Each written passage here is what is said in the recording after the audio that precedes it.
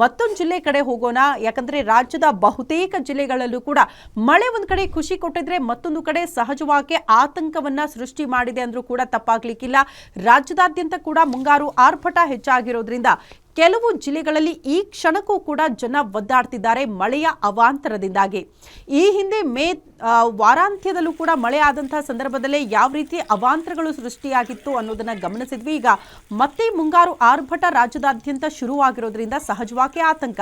ಉಡುಪಿ, ಕೊಡಗು ಜಿಲ್ಲೆಗಳಲ್ಲೂ ಕೂಡ ಈಗ ರೆಡ್ ಅಲರ್ಟ್ ಅನ್ನ ಹವಾಮಾನ ಇಲಾಖೆ ಘೋಷಣೆ ಮಾಡಿದೆ. ಕಾರಣ ಇನ್ನೂ 4 ದಿನ ಸತತವಾಗಿ ಭಾರಿ ಮಳೆಯಾಗುತ್ತೆ, ಎಚ್ಚರಿಕೆಯಿಂದ ಇರಿ ಅಂತ ಹವಾಮಾನ ಇಲಾಖೆ ಈ ರೀತಿಯ ಸೂಚನೆ ಕೊಟ್ಟಿದೆ. ದಕ್ಷಿಣ ಕನ್ನಡ ಮತ್ತು ಕೊಡಗು ಈ ಭಾಗದಲ್ಲಿ ಮಳೆ ಅಥವಾ ಪ್ರವಾಹ ಅಷ್ಟೇನ ಆತಂಕ ಇಲ್ಲದಿದ್ರೂ ಕೂಡ ಮಳೆ ಆದಂಥ ಸಂದರ್ಭದಲ್ಲಿ ಅವಾಂತರಗಳು ಸೃಷ್ಟಿಯಾಗುತ್ತಲ್ಲ, ಆಗ ಜನಜೀವನ ಅಸ್ತವ್ಯಸ್ತ ಆಗುತ್ತೆ.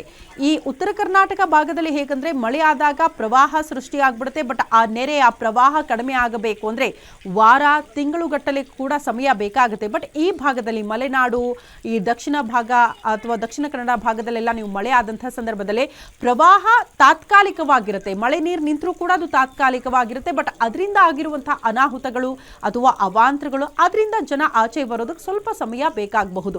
ದೃಶ್ಯ ನೋಡ್ತಾ ಇದ್ದೀರಿ, ರಾಯಚೂರು, ಧಾರವಾಡ ಬದಲಾಗಿ ಈಗ ದಕ್ಷಿಣ ಕನ್ನಡ ಆ ಭಾಗದಲ್ಲೂ ಕೂಡ ಸೇಮ್ ಅದೇ ರೀತಿಯ ದೃಶ್ಯಗಳು ನೋಡೋದಕ್ಕೆ ಸಿಗ್ತಾ ಇದೆ. ಕಾರಣ ಇಲ್ಲೂ ಕೂಡ ಧಾರಾಕಾರ ಮಳೆಯಾಗಿರೋದ್ರಿಂದ ಜನ ಅದೇ ಮಳೆ ನೀರಿನಲ್ಲಿ ಓಡಾಡಬೇಕಾದಂಥ ಅನಿವಾರ್ಯತೆ ಇದೆ.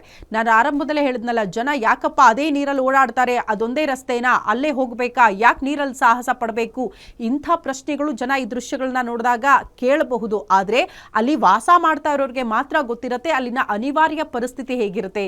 ಅದೇ ಒಂದೇ ರಸ್ತೆ ಮೇಲೆ ಜನ ಡಿಪೆಂಡ್ ಆಗಿರ್ತಾರೆ, ಬೇರೆ ಮಾರ್ಗಗಳಿರೋದಿಲ್ಲ. ಹಾಗಾಗಿ ಅದೇ ನೀರಲ್ಲಿ ಹರಸಾಹಸ ಪಟ್ಟು ತಮ್ಮ ಪ್ರಾಣಪಣಕ್ಕಿಟ್ಟು ದಿನನಿತ್ಯ ತಮ್ಮ ಕೆಲಸಗಳಿಗೆ ಹೋಗಬೇಕಾಗಿರುತ್ತೆ, ದಿನನಿತ್ಯದ ವಸ್ತುಗಳನ್ನ ತರಬೇಕಾಗಿರುತ್ತೆ. ಅಥವಾ ಮನೇಲಿ ಪುಟ್ ಮಕ್ಕಳು ಇರ್ತಾರೆ, ಯಾರಾದ್ರೂ ಜನಪ್ರತಿನಿಧಿಗಳು, ಅಧಿಕಾರಿಗಳು ತಕ್ಷಣ ದಾವಂತದಲ್ಲಿ ಬಂದ್ಬಿಡ್ತಾರ ಸಹಾಯ ಮಾಡಕ್ಕೆ? ಇಲ್ಲ. ಎಲ್ಲವೂ ಕೂಡ ಮುಗಿದು ಹೋದ್ಮೇಲೆ ಹರಸಾಹಸ ಪಟ್ಟ ಮೇಲೆ ಅವ್ರು ಬರ್ತಾರೆ. ಅಲ್ಲಿ ತನಕ ಜೀವನ ನಡೆಸಬೇಕಲ್ಲ, ಮತ್ತದು ಅನಿವಾರ್ಯ ಆಗ್ಬಿಡುತ್ತೆ. ಅಂಥ ನೀರಲ್ಲೇ ಓಡಾಡಬೇಕಾದಂಥ ಅನಿವಾರ್ಯತೆಯಲ್ಲಿ ಜನ ಸಿಲುಕಾಕಿಕೊಂಡಿದ್ದಾರೆ.